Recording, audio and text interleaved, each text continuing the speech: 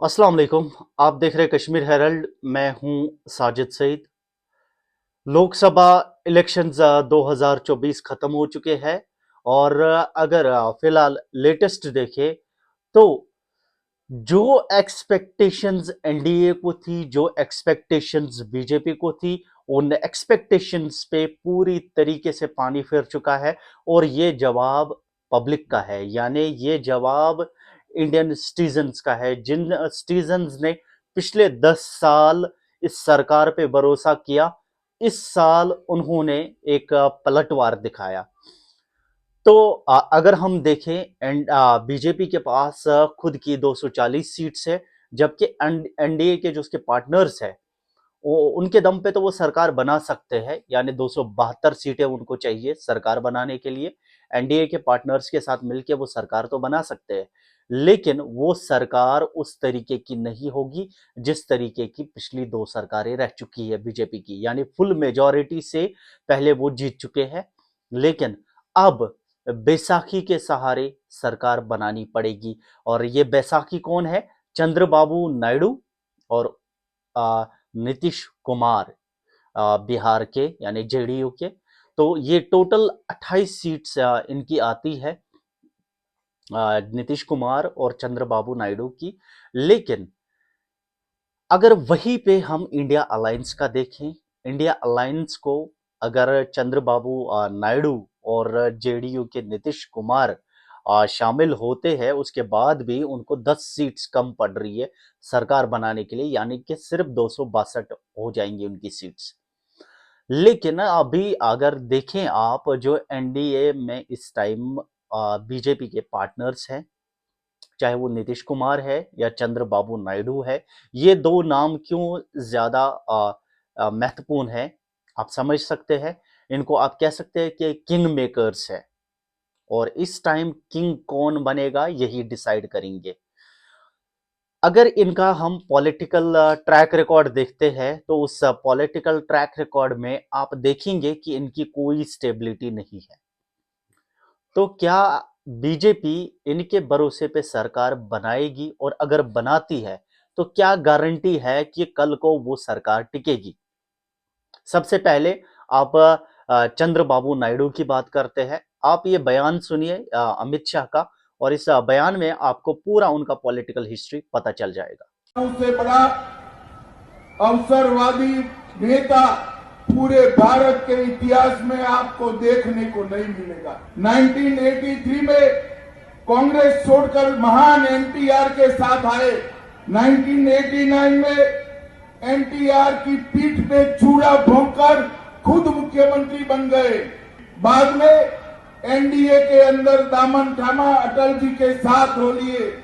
जैसे ही एनडीए सत्ता के बाहर हुई, एनडीए से अलग हो गए। 2014 में जैसे ही लगा मोदी जी की हवा है, फिर मोदी जी के साथ आए। 2019 में लगा कि जनता खिलाफ हो गई है, सिंपैथी लेने के लिए, नाटक करने के लिए नरेंद्र मोदी जी का भी साथ। 2019 में नरेंद्र मोदी को छोड़ के वो फिर से चले गए। तो ये इनका पॉलिटिकल ट्रैक रिकॉर्ड है, जहां पे दिखता है कि इनकी कोई स्टेबिलिटी नहीं है।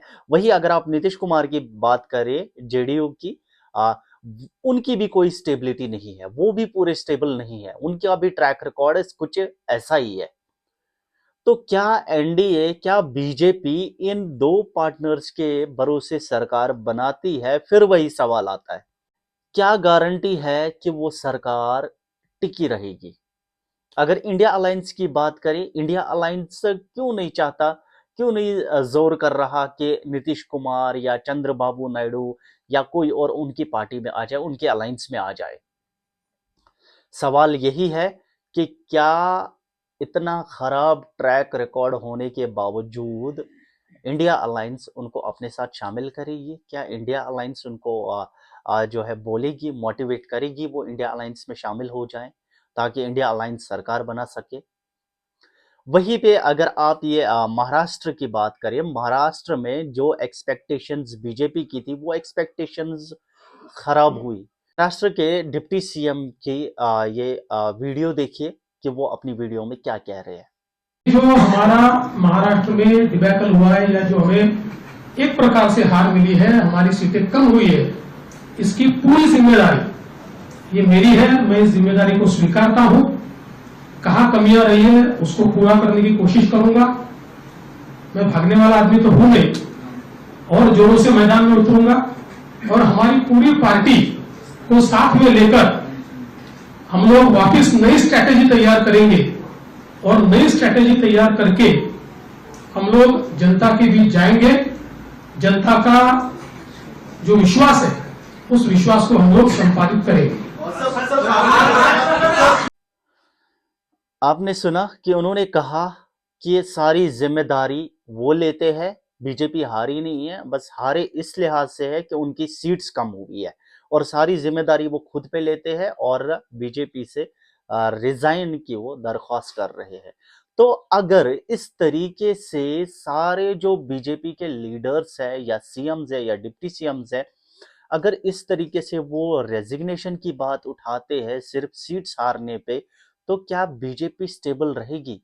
क्योंकि अगर बात करें अभी कुछ टाइम में असेंबली इलेक्शंस होने हैं, चाहे यूपी की बात करें 2027, महाराष्ट्र में 4 महीने बाद, हरियाणा में, और भी जो है इलेक्शंस होने हैं असेंबली के।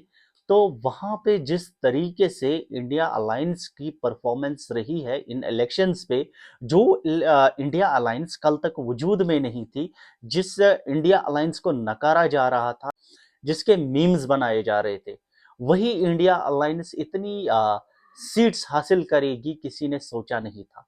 लेकिन अभी ये सारा जवाब जो है ये जनता का है, और पब्लिक ने क्यों ये जवाब दिया है इसके काफी सारे रीजंस हैं। यूपी में जो बिल्डोजर चला, शायद उसकी नाराजगी है, या पिछले 10 साल में लास्ट 45 साल का अनएम्प्लॉयमेंट रेट बहुत ज़्यादा बढ़ गया, क्या ये उसका जवाब है? या ये उसका जवाब है कि बीजेपी अपने दम पे जो चाहती थी करती थी क्योंकि फुल मेजॉरिटी के साथ आती थी? क्या ये उसका जवाब था? तो बहुत सारे चीज़ें हैं जो अभी असेंबली इलेक्शंस में भी सामने आएंगी, और अगर इंडिया अलायंस इसी तरीके से परफॉर्मेंस करता रहा, इसी तरीके से परफॉर्म करता रहा असेंबली इलेक्शंस में भी, तब तो बीजेपी वो तो डामाडोल हो जाएगी। और फिर वही सवाल आता है, क्या एनडीए की सरकार अगर बनती है अभी, क्या वो मजबूत रहेगी? क्या गारंटेड सरकार होगी वो, कि नहीं 5 साल वो रह सकते हैं? कल एनडीए की बैठक हुई, उसके बाद इंडिया अलायंस की बैठक हुई। इंडिया अलायंस की बैठक लगभग 3.25 घंटे चली, और एनडीए की बैठक अगर देखिए उसमें काफी सारी चीजें आए।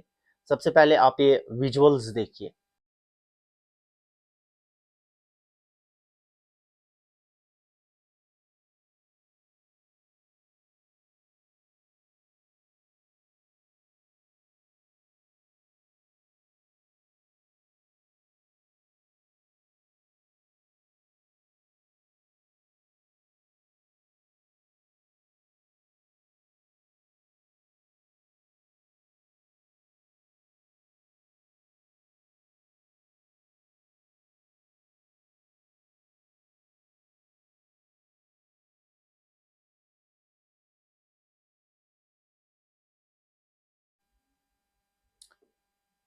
विजुअल्स आपने देखे कि एनडीए में जो है सरकार बनाने की बात चल रही थी, और वही अगर इंडिया अलायंस की बात करें तो वो सोच रहे कि अपोजिशन में बैठेंगे। फिलहाल अभी 48 घंटे है, तो 48 घंटे में कोई भी गारंटी नहीं है। ये राजनीति है, आप खुद देख चुके हैं कि कोई परमानेंट दोस्त नहीं होता, कोई परमानेंट दुश्मन नहीं होता, तो कुछ भी हो सकता है।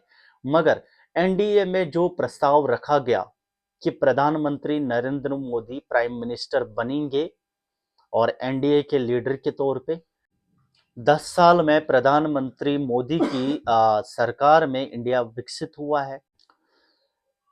लेकिन अगर एग्रीमेंट्स की बात करें नीतीश कुमार के या जो चंद्रबाबू नायडू है उनकी, तो कोई भी एग्रीमेंट्स नहीं हुए।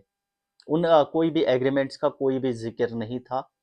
कि उनको क्या चाहिए, उनकी क्या डिमांड्स है, किन डिमांड्स पे वो अपना सपोर्ट बीजेपी को देते हैं प्राइम मिनिस्टर चुनने में या सरकार बनाने में। वही अगर हम इंडिया अलायंस की बात करें तो उन्होंने कहा कि वो अपोजिशन में बैठेंगे और फिलहाल 48 घंटे हैं और 48 घंटे में कुछ भी हो सकता है। और अगर कोई पार्टी जो इंडियन कॉन्स्टिट्यूशन पे बिलीव करती है वो हमारे साथ आ सकती है, यानी इंडिया अलायंस में जुड़ सकती है। तो ये इंडिया अलायंस की मीटिंग का रिजल्ट था। लेकिन अब फिर वही बात आती है कि अगर एनडीए सरकार बनाती है तो वो सरकार क्या गारंटीड सरकार होगी, या इंडिया अलायंस में शामिल होके इंडिया अलायंस को सरकार बनाने में मदद करेंगे, ये भी देखने वाली बात होगी। फिलहाल के लिए इतना ही। धन्यवाद।